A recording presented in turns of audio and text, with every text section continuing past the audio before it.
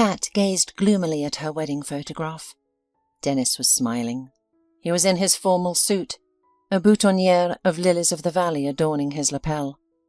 She stood beside him, her face uncertain, timidly grasping the hem of her white dress. Apple trees in bloom surrounded them, their petals strewn across the ground. "Yes," Pat said aloud, biting her lip. "My mother perhaps was right. She said I was naive, a young fool. Back then everything seemed so perfect. And Dennis, there was no one better in the whole world. But now?" Pat stepped away from the dresser, brushing a tear from her lashes. It had been over a month since her husband's confession. "It was unbelievably cruel to tell me about his affair on our anniversary. 12 years of marriage wasted. At least we didn't have children. That's a blessing, I suppose." Pat couldn't imagine having to explain to a child why their parents were divorcing.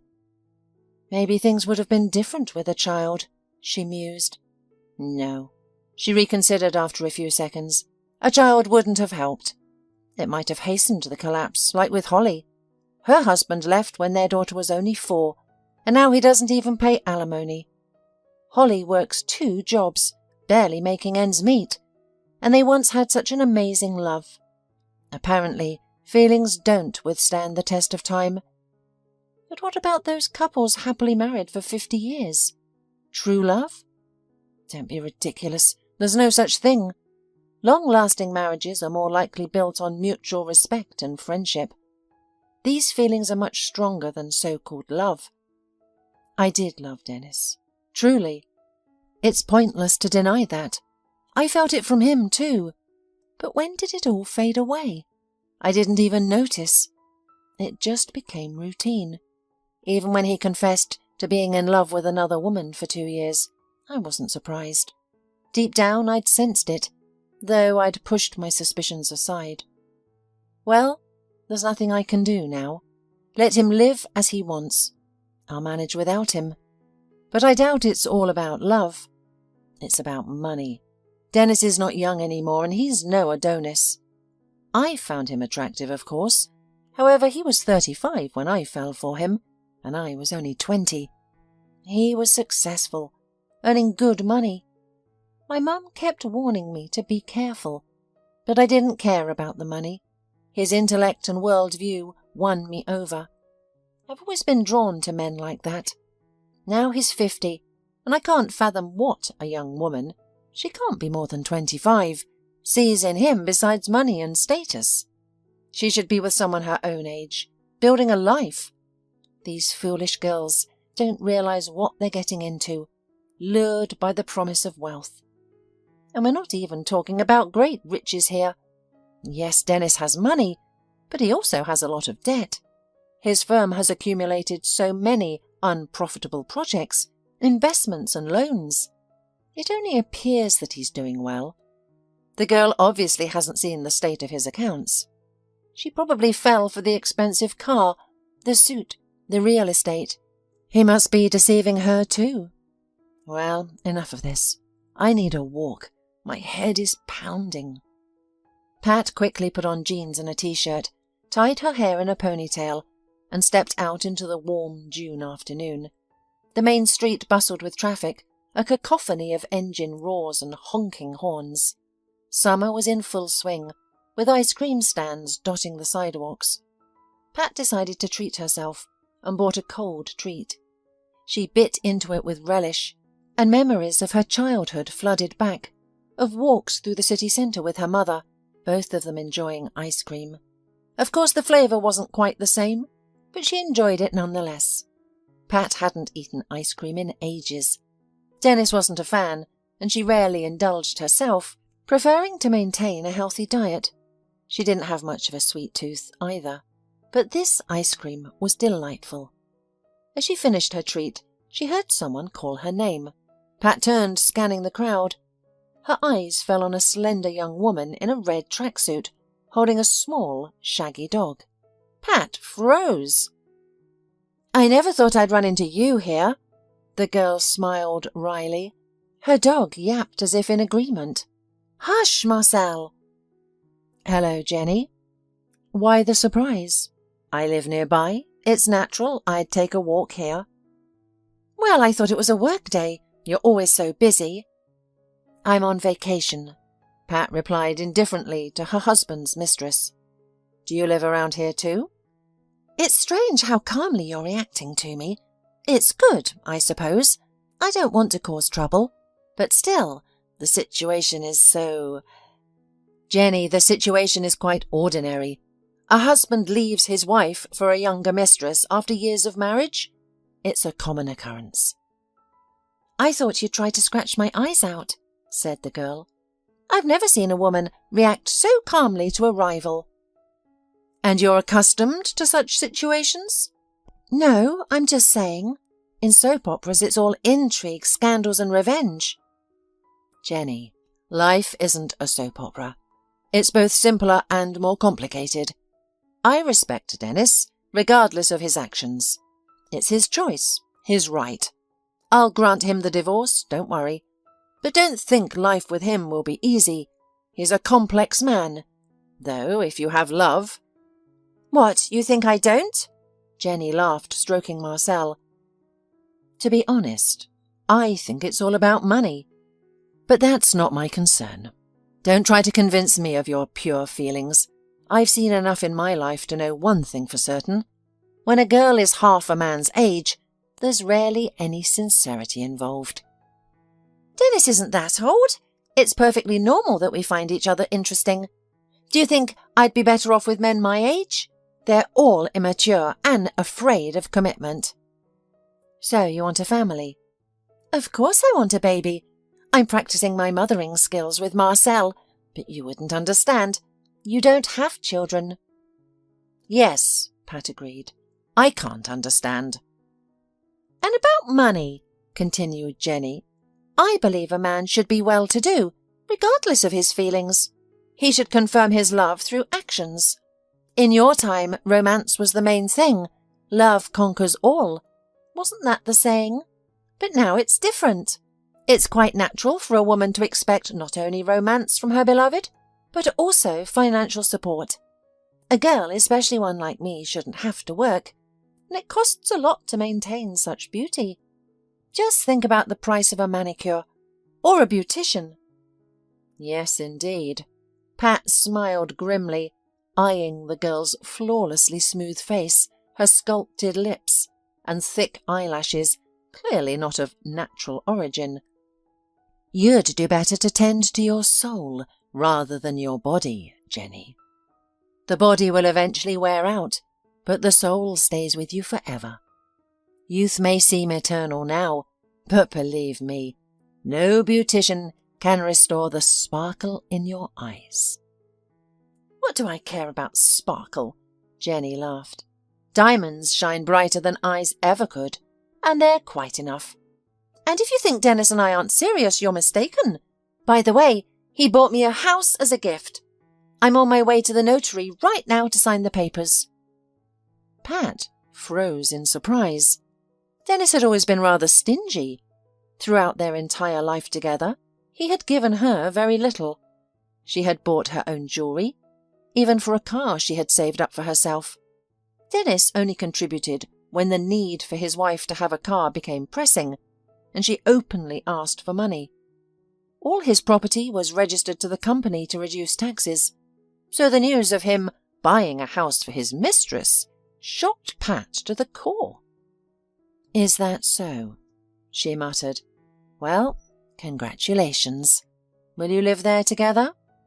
Of course. This apartment where you live now, Dennis will sell after the divorce, so prepare for a lonely old age. Alone with your soul. Jenny laughed in Pat's face. Pat felt herself boiling over. She was ready to forgive her husband for his infidelity, even for spending so lavishly on his mistress. But that laughter threw her off balance. A lonely old age was not in her plans at all. Moreover, she had hoped for Dennis's decency, that he would leave the apartment to her after the divorce. She had invested a lot of time and effort in arranging this living space, yet her husband had bought the apartment before their wedding, and legally she couldn't claim it. But morally, especially for Dennis. It wouldn't have cost him anything. Her husband had always been decent, and Pat didn't expect such a trick. Calming herself with the thought that the mistress was just mocking her, Pat said a curt goodbye and went home.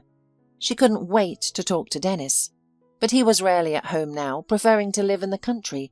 Apparently it was their country house, built last fall, that he had given to his mistress, although maybe the house was originally intended for Jenny. Pat had long discouraged her husband from building, but he insisted that a country house was a good asset. As usual, the man had formalized everything through his company. Pat hadn't involved herself in her husband's financial affairs, unwisely, as it turned out. Realizing it was pointless to wait for Dennis, she decided to visit him herself, especially since Jenny was in town and unlikely to cross paths with her at the house. Without wasting time, Pat jumped into her SUV and sped towards the highway. The settlement where Dennis had built the house was a short drive away. The trendy suburb that had replaced the once shabby village greeted her with a wrought iron gate and a guard booth. The guard glanced at Pat, checked something on his computer, and opened the gate. Thank God Dennis hasn't thought to remove me from the list of residents yet, Pat mused to herself. What a scoundrel. Or am I worrying too soon? Jenny could be telling lies just to spite me. She's been watching too many soap operas. What's with these girls nowadays? All they think about is money. Anyway, her time will come. She'll realize money isn't everything. Pat slowly drove up to the high fence surrounding the beautiful mansion. She pressed a button on her key fob, and the gate slid open smoothly. Pat drove into the yard, where she immediately spotted her husband's black sedan. Dennis was home. The woman climbed the porch and stepped inside. "Dennis!" she called out. An echo rumbled through the walls. The house was practically empty, with only some furniture on the first floor. Dennis had kept wanting to hire a designer, but had continually put it off. Now Pat could guess why. Apparently, Jenny was in charge here, not wanting anyone near her future nest. "Jenny, why are you back so early?" came her husband's voice, and then he appeared. "Oh, Pat, is that you?" The man looked very surprised and clearly unhappy with the sudden appearance of his soon-to-be ex-wife. "Not expecting me?" Pat smirked. "No," muttered the husband. "Dennis, we need to talk. I don't know if you are coming home tonight, so I decided to visit you myself."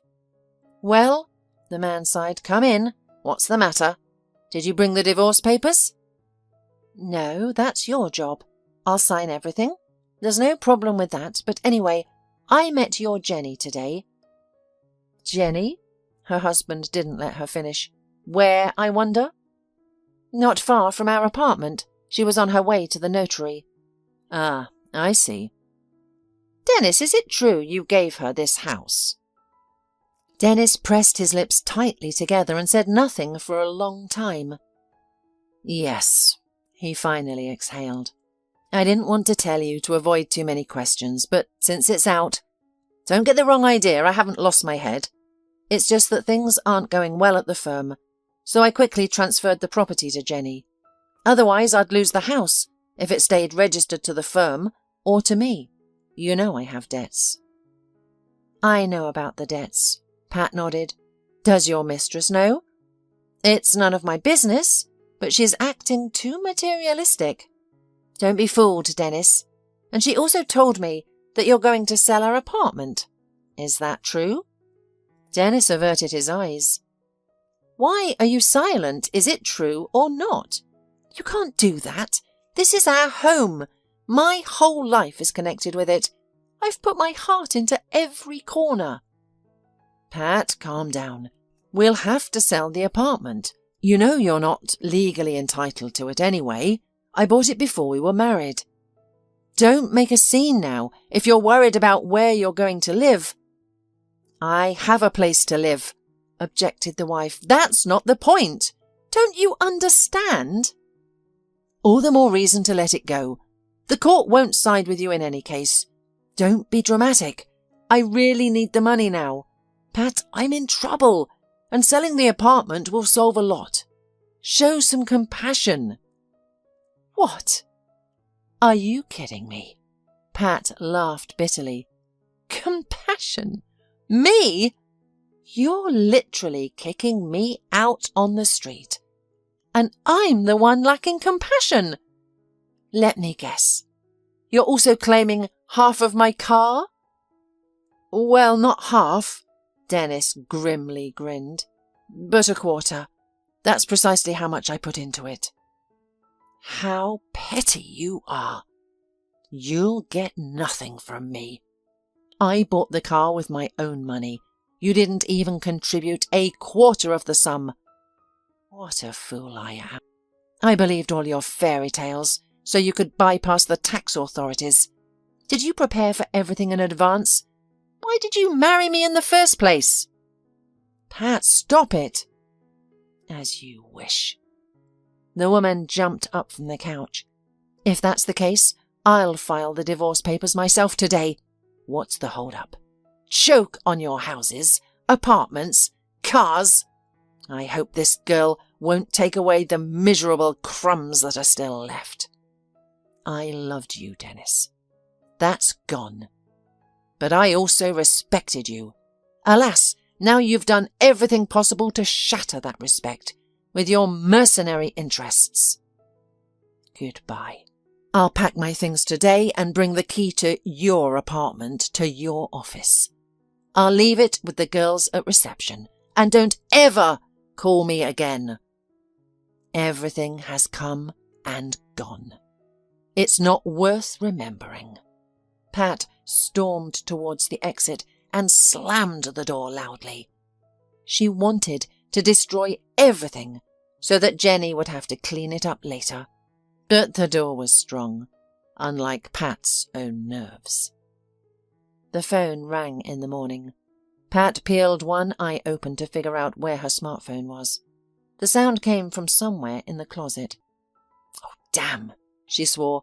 I left it in my bag like an idiot. Who's calling? I'm on vacation. They won't even let me sleep now.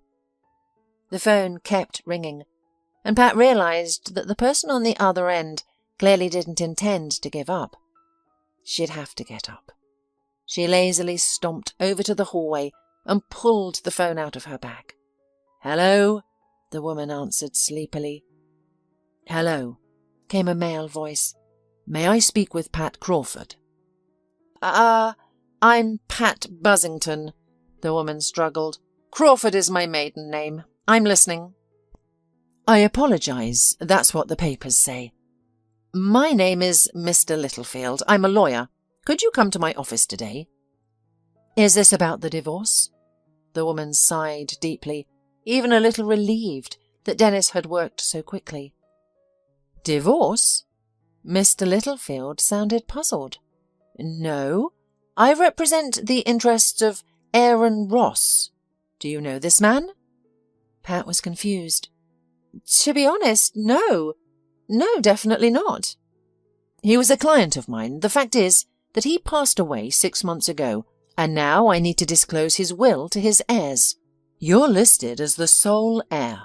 We only just found your phone number. Me? There must be some mistake. Pat frowned. I have no relatives by that name. Well, it's not necessarily a fact that he was your relative. Maybe just an acquaintance. People sometimes leave inheritances to non-relatives. In any case, there can be no mistake. There's also a photo of you as a child attached here. Perhaps you'd like to come and find out in person. Okay. Pat continued to frown. What time and where? Mr. Littlefield gave his address and scheduled a meeting for 1 p.m. Pat hung up the phone and looked at her watch. It was nearly 11. Wow, I really slept in, she said aloud. And I thought it was so early to call. Turns out lunch is just around the corner. She hastily brewed an instant coffee that was miraculously on the shelf, ate a sandwich and took a shower. It wasn't a long drive and Pat didn't bother to dress up, but when she pulled up to the lawyer's office she regretted it. She was met by an impeccably groomed secretary, whose suit alone cost more than Pat's monthly salary. Mr. Littlefield is waiting for you, the young woman sang out. Pat was now struck by how courteously she was treated. It was clear that the law firm was doing well. The office sparkled with polished marble, expensive furniture was everywhere, and exotic plants stood in exquisite pots. The secretary escorted the visitor to her boss's office. Peter turned out to be a well-fed man of advanced age, his eyes glittering vividly from behind his designer glasses. Mr. Littlefield, I still think there's some mistake. I'm not the person you're looking for. We'll sort it out. The lawyer sat down at the table and began shuffling through some papers. Here, please, is this you in the photo? Pat took the proffered photo. Her heart immediately fluttered. An identical photo was kept at home. This picture captured a girl in a beautiful silk dress adorned with butterflies, elegant bows in her hair, and a huge piece of apple in her mouth, visible through her cheek. The bitten apple itself was firmly clutched in her right hand, pressed tightly against the hem of her dress. It's me, Pat exclaimed, flustered. Definitely me. There's an identical picture at home, but I'm sorry, I don't know the deceased at all. Are you sure? Let me show you his photo too. The lawyer turned to his folder again and extracted 2 glossy sheets. One photo, fairly recent, showed an elderly man with snow-white hair and wiry legs, mooring some kind of vessel. Pat nearly recoiled when she took the second picture. It depicted the same man, but about 25 years younger, appearing to be in his 50s. Though the woman didn't recognize him, the resemblance to herself was immediately apparent. She had never looked like her mother and had never seen her father before. She'd always been told he died somewhere in the northern ice. Until she was 10, she believed it. But then she understood the truth. There was no polar explorer daddy, only an unhappy love and an abandoned pregnant woman. Looks like you, doesn't it? The lawyer squinted. You know, I won't beat around the bush. This is Mr. Ross, your father. That's impossible. My father died over 30 years ago, and his name was Paul. Are you certain? Is that what your mother told you? By the way, I think if you show her this picture, her expression will change immediately. You see, I was Mr. Ross's attorney. We worked together for years, and he confided many things to me. Besides, there's also a letter for his daughter, Pat, here, in which he wrote everything to you himself. A letter? But I still don't understand. I didn't believe Mum's polar explorer story, but I thought Dad had simply abandoned us. And he had a picture of me when I was 4 years old? So my mother must have given it to him somehow. Your father was a good man, and he didn't abandon you. By the way, your mother didn't lie about the polar expedition. He did frequently travel to polar regions. He was a geologist, working with gas and oil. Then he disappeared for a long time. It so happened that at that very moment your mother discovered she was pregnant. She told Aaron and expected him back in a month, but the weather turned treacherous. The expedition was trapped in ice for months, with no communication whatsoever. They were even presumed dead after locals stumbled upon traces of an abandoned camp with evidence of bear activity. 3 bodies were found. The rest were reported missing. I suppose that's the information given to your mother. She either moved away or left everything behind. Aaron was unaware of this. When he finally returned, no one was waiting at his old address. No information, nothing at all. His fiancée had vanished. Then, a few years later, he received a letter at his old address. By that time, Aaron no longer lived there, but he hadn't sold the apartment, hoping Brenda, your mother, would get in touch. His hope wasn't misplaced. The envelope contained a photo of a little girl and a note. I don't know if you're alive, Aaron. How long I waited and believed. How often I knocked on your door. Silence. I guess you're no longer in this world. I'm being foolish writing to a dead man, but I don't know how else to tell you that you have a daughter. Her name is Pat. She's 4 now, learning to read. She's intelligent just like you, and she looks just like you." There was nothing else. The envelope was completely blank. No return address or even a hint of the sender. Aaron made every effort to find her, but Brenda had vanished without a trace. He later discovered that Brenda had changed her name and given it to her daughter. God only knows why. Perhaps she simply wanted to forget the past. "She never told you?" "No. I always thought Crawford was our surname from my grandmother. Mum mentioned something about her and grandfather having a big fight, and she gave up her surname. We followed to support her. But I might be confusing things. I don't remember well. I was just a little girl." "I see." The lawyer nodded. "But how did my father find me?" "He found you about 4 years ago.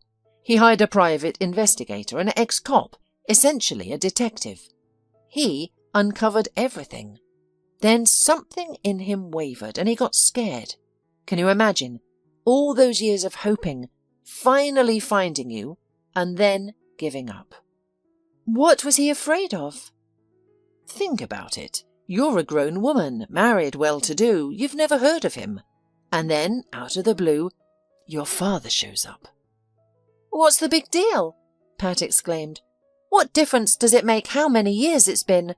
It wasn't his fault things happened this way." "Pat, we're all different. What's easy for you might be worse than death for someone else. Aaron was very anxious. He prepared to meet you many times but kept postponing. He wanted to see Brenda too. He even watched her from afar and wanted to see her through me, but he always backed out at the last moment. Don't judge him." "Mr. Littlefield, honestly, I'm shocked. What did he die of?" "Heart failure. Quite ordinary.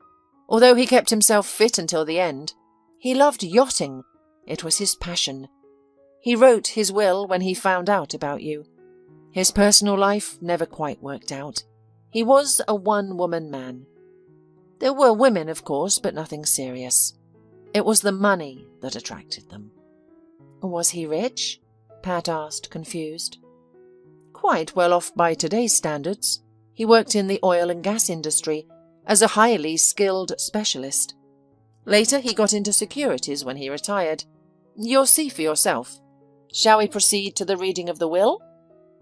"Wait," Pat interrupted. "Can I refuse anything?" "The money? Are you worried your father was in debt?" "No, not at all. I'm just afraid to even find out what's in it. And it's not my thing. To be honest, it sounds a bit absurd, like being in a movie, an inheritance, a missing father." "You're free to do as you wish. I'm obliged to fulfill the deceased's last will and inform you of his decision. If you refuse, the money will go to charity. But I still think you should accept it all. Aaron hoped for almost 30 years that he'd meet his daughter one day. From the moment he took that picture from his mailbox, he was working only for you. Pat, believe me, I know what I'm talking about. He wasn't just my client, but a close friend." "Well," Pat hesitated. "Okay, read it then." The lawyer summoned his assistants and opened the will envelope in front of everyone. "Mum, are you home?" Pat called out, opening the door of her old apartment. "Why didn't you lock it again? How many times do I have to tell you?" "Oh, daughter," Brenda exclaimed, trying to wipe her hands on her apron. "Don't scold me. I forgot. You're just in time. I'm making a casserole. You could have at least warned me." "Mum, we need to have a serious talk. I think you should sit down." "What is it? What's wrong?" Brenda perched on the edge of the couch, folding her hands in her lap and fidgeting with her apron. "I've just come from my lawyer." "Do you want to talk about divorce? Just give it up. Let your Dennis live as he likes. He ruined your whole life, and you still haven't given me grandchildren. I told you to marry only for great love, and if you don't have it, don't rush into anything. Mum, it's not about divorce. By the way, did you love my father? Father? Yes, my father, the polar explorer. The mother pressed her lips together and looked intently at her daughter. Do you think if I hadn't loved him, I would have suffered all these years alone? Well, I wasn't alone with you, but... Pat pulled out a picture of Aaron Ross from her bag and held it out to her mother. Brenda stared at it, bewildered. Where did you get this? She asked, her voice trembling as she reached for the photo. Brenda gently took the picture, and Pat saw tears welling up in her mother's eyes. Mum, is that really my father? Daughter, was all the woman could say before bursting into tears. Pat comforted her crying mother for a long time, made her tea, and when Brenda regained her composure, told her everything she had learned from the lawyer. Mum, there's also a letter, but I haven't read it yet. I'm afraid. Shall we read it together? It turns out that Aaron has been alive all these years. Read it, daughter. Read it quickly. Pat took out a white envelope on which was written in beautiful handwriting, "To my daughter, Pat."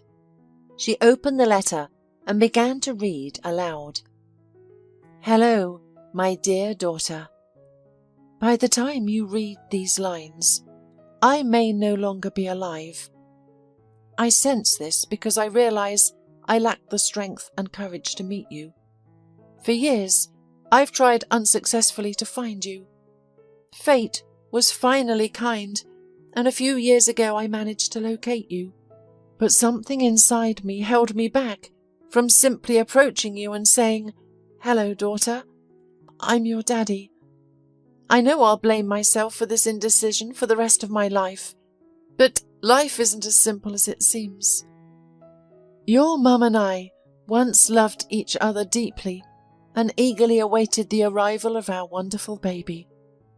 But there's a saying, if you want to make God laugh, tell him your plans. That's how it turned out for me. Over 30 years ago, I often travelled to the north for work, and one expedition proved fatal. We were caught in a terrible storm. Several people died and the survivors were cut off from civilization for many months. Our group was presumed missing. I later learned that relatives were told not to get their hopes up. Apparently your mum was devastated and left home. I searched for her for a long time, but in vain. It's easy to find someone now, but times were different then. I started trying again when I found your picture in my mailbox. I don't understand why Brenda did that. She could have at least asked the neighbours. Not many people knew I was back, but they knew each other. I understand you and your mum moved to another city for a long time and returned after you got married. A private detective I hired to find you explained this to me later. Daughter, I can't turn back time, and I feel I'll never be able to speak with you. Don't judge me too harshly. I'm such a weak and sentimental man now, though all my life I've been tough, with strong principles, hardened by the northern winds. I don't know what's happening to me. I can't even explain it to myself. I was afraid, after that Brenda had fallen out of love with me, that she had found someone else. If I'd only known she was still waiting for me. But fear and doubt are the culprits. Never be afraid of anything, my daughter, and don't doubt. Then everything will be fine. I've lived a long life, and believe me, I know what I'm talking about. I've never been afraid of anything, but as I've gotten older, I've given up. My health is failing, and the constant loneliness takes its toll. I've worked hard and amassed a decent fortune. If you accept part of what I have, I'll be the happiest man alive. Don't take this money as an attempt to buy you off. No, all this time I've been working with the hope that one day I'll hold you in my arms and make up for your suffering. I have a weak heart. The years have taken their toll. I don't know how much longer I can go on, but I feel it won't be much longer. If I never dare to speak to you, you'll receive this letter after I'm gone. I love you, my daughter, with all my ailing heart, and I have never forgotten your mother. You were and are the two most important treasures in my life. I hope that what remains after me will give you the opportunity to find happiness. Your dad. Both women fell silent. In the ensuing quiet, only the ticking of the wall clock was distinctly audible. And I thought it was all a lie.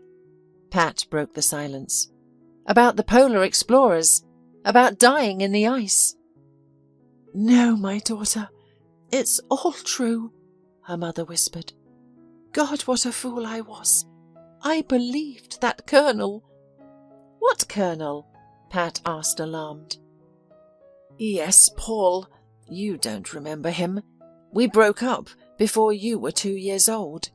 He came to tell me that Aaron was dead. He said there was no hope.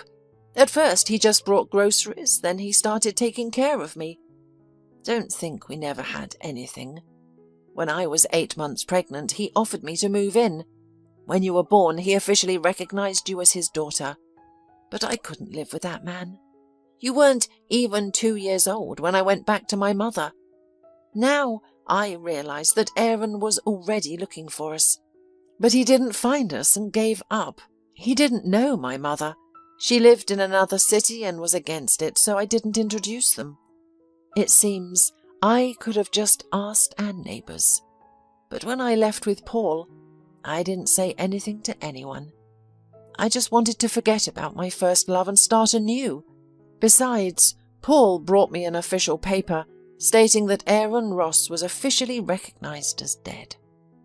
You think he fooled you? Pat frowned. I didn't think so then.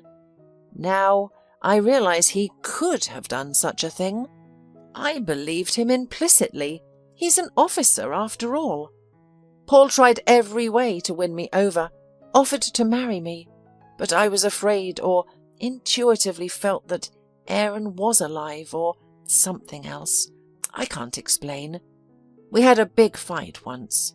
I remember he grabbed you out of your crib and I went crazy, beating him with my fists, screaming. In the morning I packed my things when he left for work and went to my mother's. I haven't seen him since. Why did you put my picture in the mailbox for my father? When this picture was taken and I looked at it, I was so sad. You reminded me very much of Aaron in that picture. The same sly look, as if you were up to something. And your eyes, I don't remember what came over me, but I put the photo in an envelope and came to his house, secretly from my mother. I told her I had to inquire about a job, that there was an interesting opportunity. I took the train and left. I walked around Aaron's house for a long time. Then finally I went to the entrance, rang the doorbell. Of course no one answered. So I threw the envelope in the mailbox. I knew no one would see it, but I thought I was doing the right thing. As you can see, he got your letter. Mummy, why didn't you ask any of the neighbours? The lawyer said my father came back to check on the apartment sometimes, but he never sold it. He kept hoping you'd come. I don't know. Yes, dear, I acted like a fool, but what am I going to do now? There's nothing you can do now, Mummy. He has already died. But I was glad to know that he hadn't forgotten us. I've lived all these years believing that you were deceiving me, for my own good, of course, but I still thought that my dad had left you pregnant, and that you and grandmother had made all this fairy tale about the expedition to keep me from asking unnecessary questions. Come on, my girl. How could I deceive you? I didn't tell you much about your father because it was painful for me. Why didn't he come to me? Okay, he was ashamed in front of you, but I would have accepted him. I loved him all my life. All my life. Is there such a thing as lifelong love? Pat thought. Or does Mum say so because she avoided the fate of being buried under the weight of domestic problems? She must have romanticised the image of my father so that she believes in love. Yes, I suppose so. Daughter, Brenda interrupted her thoughts. Did he leave you anything? I'm not asking for personal gain, I'm just curious. He writes about it, and you went to the lawyer to listen to the will.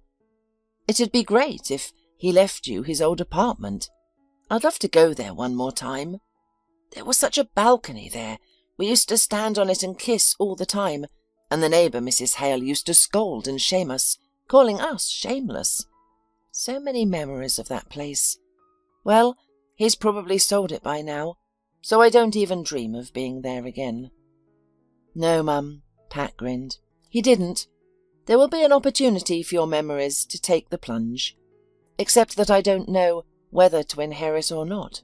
Still, of course you should, and don't think I'm so worried about the money. It's just that you could use the apartment now. I understand that Dennis is going to leave you nothing. You said he's already got his hands on everything with his girlfriend. At least you'll have a place to live. No, you can always stay at my place.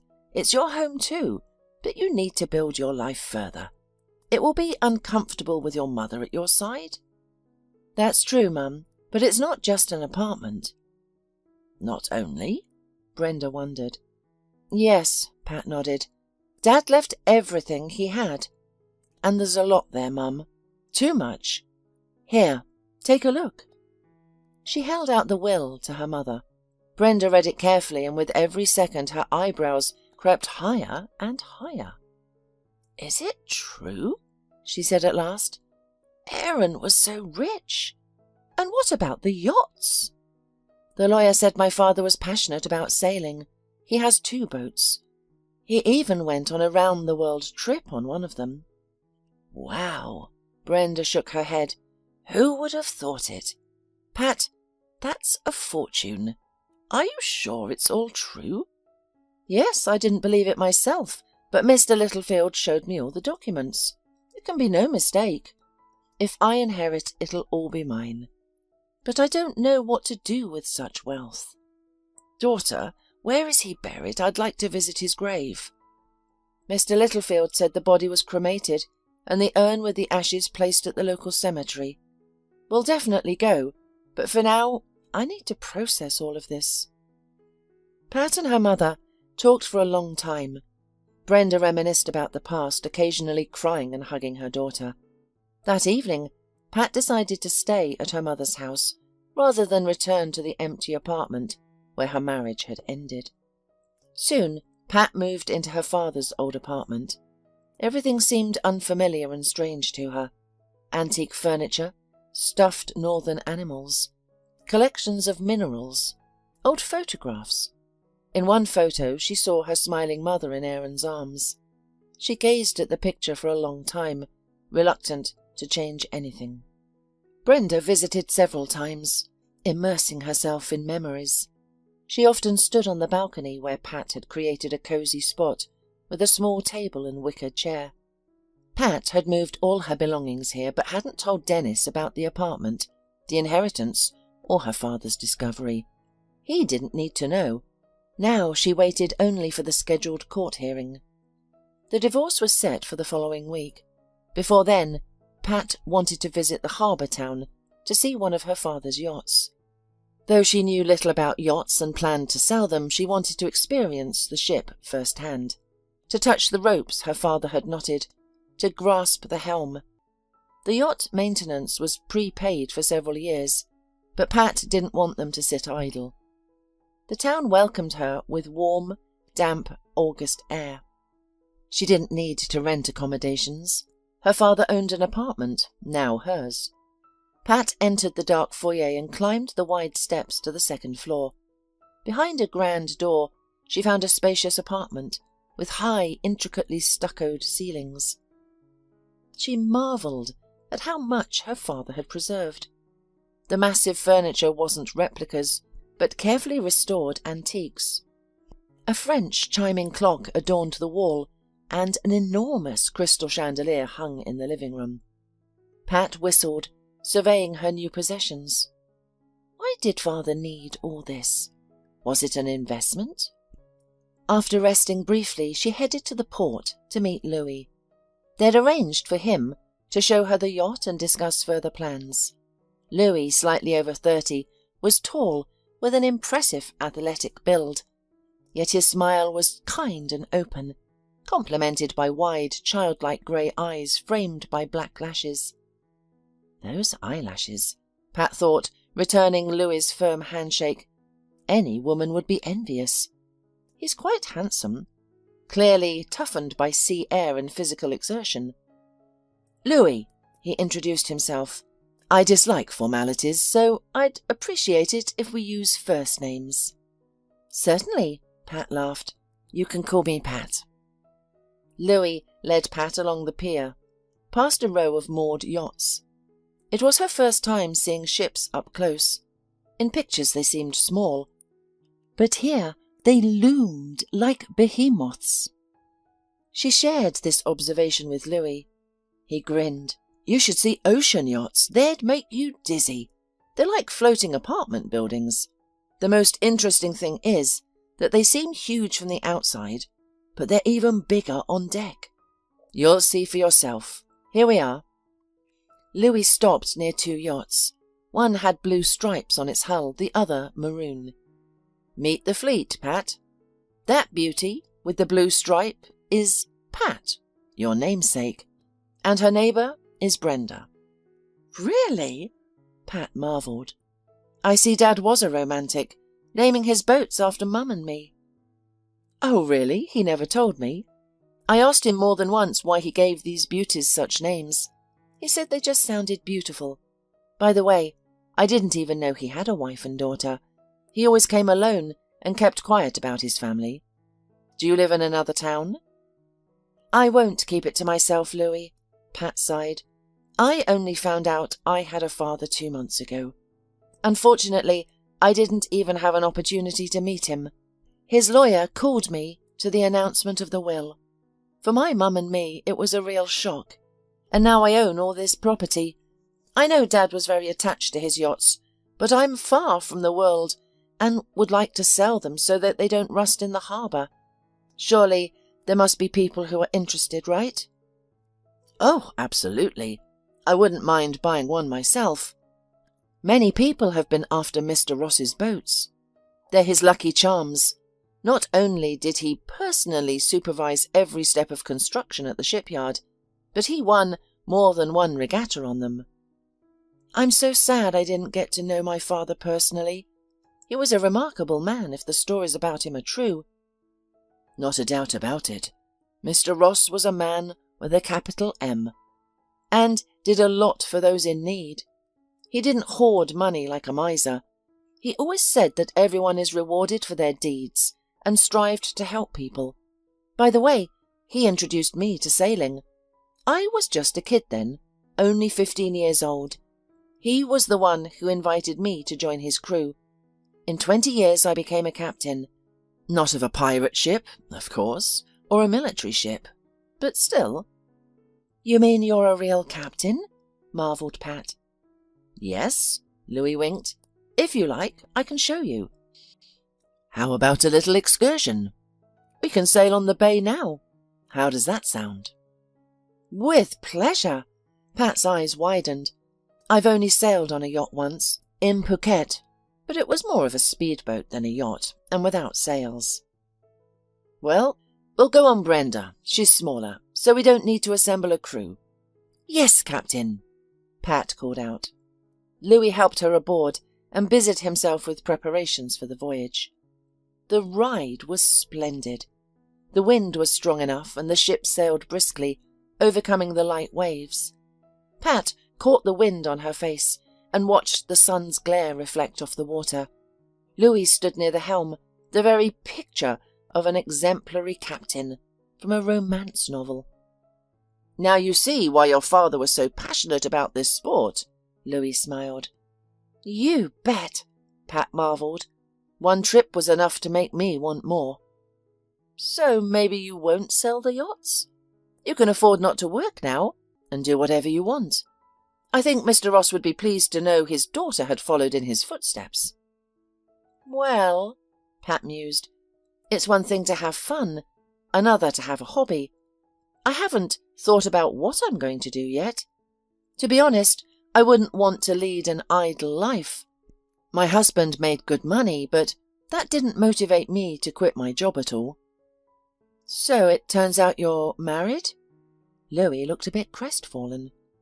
And here I was, head in the clouds. I was right. There was no way such a great woman could be single. Thanks for the compliment, Pat laughed, but I'm already a single woman. I'm finalizing my divorce next week. Really? Louis was surprised. How come? Is your husband out of his mind? To let a woman like you go? Maybe he is, Pat chuckled. He's been having an affair for a long time. He confessed on our anniversary.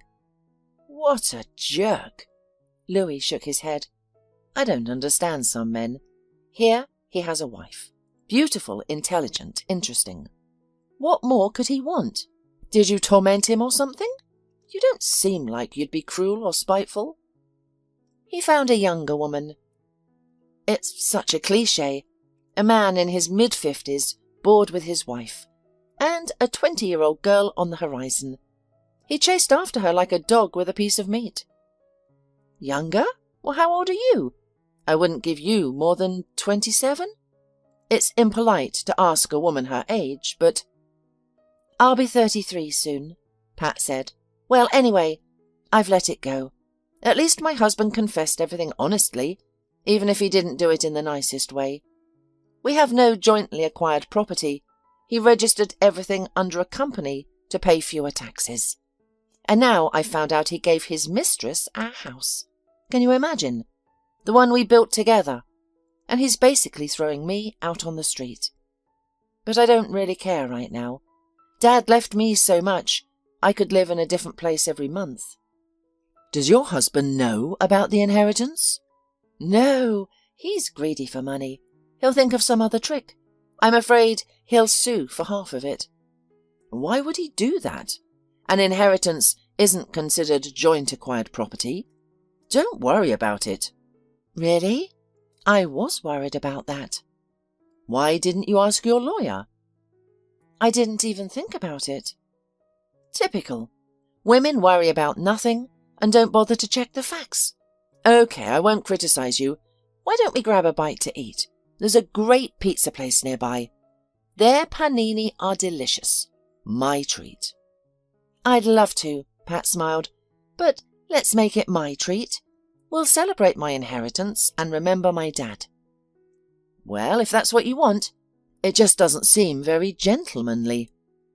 While they were driving to the pizzeria, Pat asked, Louis, would you like to buy the yacht? Seriously, I don't need it, and at least it would be in safe hands. Are you kidding? I can't afford one of those. I've got a much smaller boat and it costs me a fortune. I'm an ordinary IT guy. I've been saving up for a boat for 5 years. Mr. Ross's yacht is a dream for people like me. But I can help to find a buyer. Is it really that expensive? Pat looked at Louis. Pat, sailing is an activity either for the rich or the obsessed. I fall into the second category. I like to live my dreams. How about if I rent it to you? You could sell your boat and choose between Brenda and Pat. You can sail as much as you want. Louis frowned. Rent, you say? That option suits me better if the price isn't too high. You decide how much you can afford to pay. You can just take care of her. I understand you're not a man who'll take anything for nothing, but I think your looking after the boat would be payment enough. If you're not joking, I'm all for it, Louis smiled. By the way, here we are. A week later, Pat drove up to the courthouse in a sleek sports car she had found in her father's country house garage. There were several cars there that she had never even dreamed of owning. She loved cars, even the one she had saved up for herself. She chose cautiously, trying to consider everything. Powerful cars were the ultimate luxury. Dennis drove a prestigious German business-class sedan and very rarely allowed Pat to drive. That's when she felt elated, enjoying the roar of the engine and the realization that all this luxurious power was entirely in her hands. And now it was a dream come true. Pat didn't need all these cars, but would be quite satisfied to drive each of them once and then choose the best one. Now the woman silently slammed the door of the bright yellow Italian sports car and proudly headed for the entrance. Going up to the second floor where the courtroom was located, Pat saw Dennis and Jenny standing at the window, animatedly discussing something.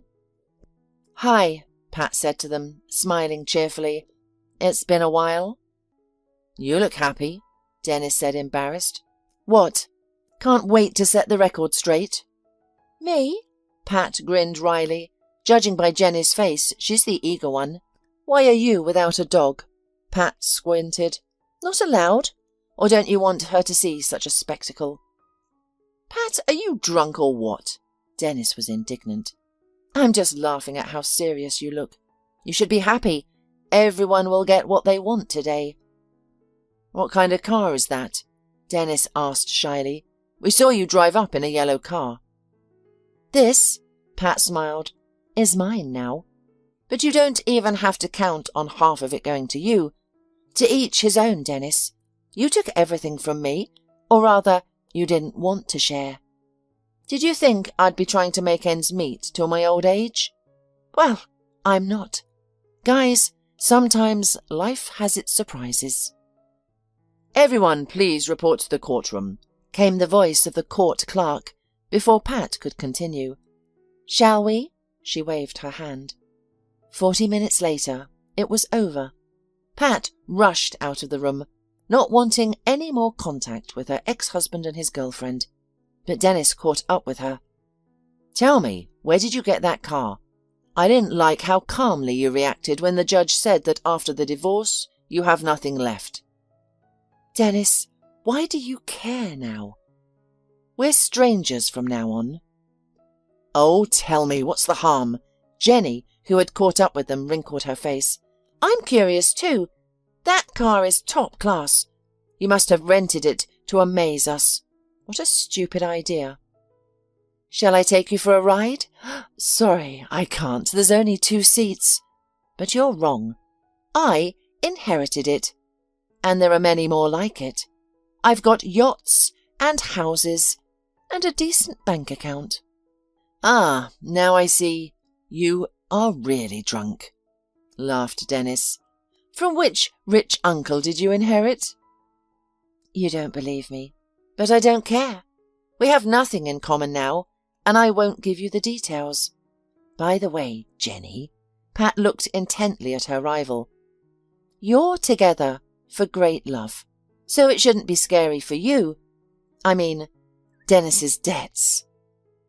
Your chosen one, Jenny, isn't such a wealthy man. The car, the house, the suit, the watch, it's all just a sham, a pitiful remnant. Ask him how much his firm owes to creditors. By the way, Dennis, when you get the information on my inheritance, and you will, I know you will, don't come crying to me for money. From now on, forget I exist and don't try to meet me. Do you understand? Everyone makes their own choices and is responsible for the consequences." Saying this, Pat turned sharply on her heels and sprinted down the stairs. She drove her bright yellow car down the highway, her heart pounding frantically, but not from euphoria. She felt an inexpressible sense of freedom, a freedom she had never thought of or even dreamed of. Love. To hell with this love, thought the woman. You should love yourself first. After all, you are the most valuable thing in life. Why give up on yourself for others? Of course, there are parents and children, but that love is entirely different, unconditional. There's love for friends, nature, delicious food. It's not the same. Love is cosmos, integrity, harmony, As long as you don't have all this within you, the world will be cracking at the seams, throwing one unpleasant surprise after another. And there's no point dreaming about beautiful princes who pile up bouquets at first, then leave you drowning in dirty socks and eternal reproaches. What then? Be alone? Buddhists believe a whole person won't be lost in loneliness, but it's boring to live like that. Although, now I have money, I can afford anything, even travel the whole world. With Dennis, we only went to standard resorts. I'll go to Africa. There are so many countries, each with a different culture. Maybe Lou is right about trying sailing. The sea will help take my mind off all these worldly and petty thoughts. What's keeping me here? Mum? No, she'll be happy if I'm not at home. I could always invite her, but she won't go. She's a homebody. OK, next, work. Well, that's debatable. What am I going to do in the design bureau? I'm sick of it, and my vacation is ruined with this divorce. That's it. I'm quitting. I'll return to the office and immediately write my resignation letter. Pat did just that. In September, she decided to go to the sea town again. She didn't tell Louis anything in advance. She wanted to surprise him. She arrived at the port early in the morning, straight from the airport. It was quite chilly, and the woman was shivering in her cashmere coat. She reached her father's yachts. There was hardly anyone on the dock. She dialed Louis's number, but he didn't answer. What a fool. Why did I come? Thought Pat. OK, I'll wait for him on the boat. Maybe he'll show up. Pat boarded the Brenda and went down into the hold. The flight had taken its toll. The woman lay down on the bunk and fell asleep almost immediately. She awoke to someone shaking her by the shoulder. She muttered, unhappily trying to open her eyes. In front of her stood a smiling Louis. I thought a vagrant had gotten in and was running the place, the man laughed. Pat, how did you end up here? I called you, but you didn't answer, and then I fell asleep. That's not what I mean. What brings you here, in town? Louis, I got divorced and fired, and now I want to start a new life, said the woman, rising from her bunk. Just like that? All at once? Louis was surprised. So what have you decided? I thought maybe you're right, and it's worth learning to sail a yacht. Where would I start? Well, laughed the man, it's not that simple. You've got to learn. For how long? It depends on how lucky you are. Generally, at the school itself, it takes about a year to acquire primary skills. Though there's theory, navigation. Automation simplifies a lot, of course, but you need to know the basics. You can decide for yourself, but I can teach you in parallel. Practice, so to speak. I agree. Pat's eyes sparkled. Can we start right now? You're so quick, Louis winked at her. But we can't go out to sea today. The weather's not so good. But I can show you how everything is organised here, and then we'll go to the yachtsman's school, where you can sign up for training. Great! Pat clapped her hands. For the next few hours, Louis showed her around the yacht, explaining what everything was and how it was used. He demonstrated how to tie nautical knots, explained the operation of the helm and the use of the sails, and showed her how the instruments worked. Pat remained enthralled. Well, it's a little more complicated on Pat. The yacht itself is bigger, and you'll need a crew of 3 or 4 to sail it. I like Brenda. Pat looked away. I can sail it alone, can't I? Is it all right that I'm a woman? It's great, Louis reassured her. We have a girl in our club who's only 15, and she's already won a round-the-world regatta on her 30-metre yacht. Really? Pat's eyes widened. We have many women. It only seems hard and difficult at first glance. If you have willpower, a craving for the sea and a desire to live, you're welcome. Anyway, I need to go to a place now. I didn't intend to be in the harbour late, and I came here accidentally. Yeah, let's go. Louis put her in his car and they drove for a long time. When they reached the necessary address, the man pulled up and said, Pat, listen, I didn't tell you. You can wait for me in the car, of course, but you can come upstairs with me. I've got a daughter up there. I promised I'd be there today. A daughter? Exclaimed the woman in surprise. Oh, don't think anything of the sort. She's all grown up. She's almost 17. She's in high school. Her mother, Thelma, and I got married right after high school. Back then it seemed like love was real forever and all that. Thelma got pregnant almost right away and gave birth at 18. That's when we realized that not everything was so rosy in our little world. I was studying at the college then, had to work part-time reinstalling systems on computers. Money was catastrophically lacking. And Thelma sat at home with Brooke, didn't work, didn't go anywhere to study after school. So I did the best I could. My parents helped, of course. Thelma's grandmother lived here. She sheltered us then, and after she died, her granddaughter got the apartment. They live here together, and our marriage fell apart after 3 years. Thelma found another man, and we parted, without scolding and scandals. I understood that she wanted a better life, which I couldn't give her. I only set one condition, that she wouldn't prevent me from communicating with Brooke. She lived with that man for a while, then they split up. She's still trying to make a life for herself. I help them, of course. My daughter doesn't need anything. But Thelma, she's still a dear person. I can't leave her. I realize that she's wrong, but she's still my child's mother. Do you and Brooke have a good relationship? How does she feel about me? Oh, Brooke is a something. I've never really left her life. She keeps me informed about her life, as I do with her. It's a very trusting relationship. She doesn't feel the same way about her mother as she does about me, but she doesn't want to live with me. I live in a 1-bedroom apartment, and she's a teenage girl. She visits, but more often I'm there. Would you like to come upstairs with me and meet her? Oh, would that be convenient? Pat asked, feeling embarrassed. Why not? My ex-wife isn't here right now. She's away with another suitor somewhere on the seas.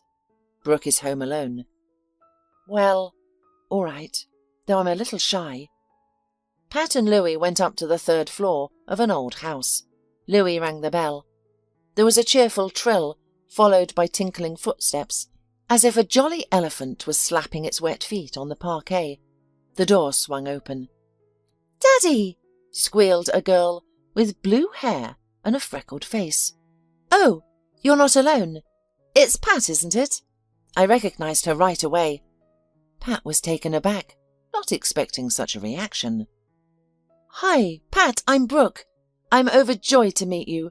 Daddy has told me so much about you." "Hi, Brooke," Pat replied, embarrassed. She immediately looked at Louis, wondering what he could have told about her. "Yes, he told me everything. Dad is like an open book. Come in." "Hasn't Mum come back yet?" Louis asked his daughter. "No, she hasn't. She's going to be hanging out with her Abdullah, or whatever his name is, for at least another week. I'm really confused." "Brooke, stop talking about your mother like that," Louis said in a low voice. "You girls go into the living room, and I'll make us some tea," the man suggested, and immediately slipped out of the room, leaving Pat with his daughter. That's the way he always is.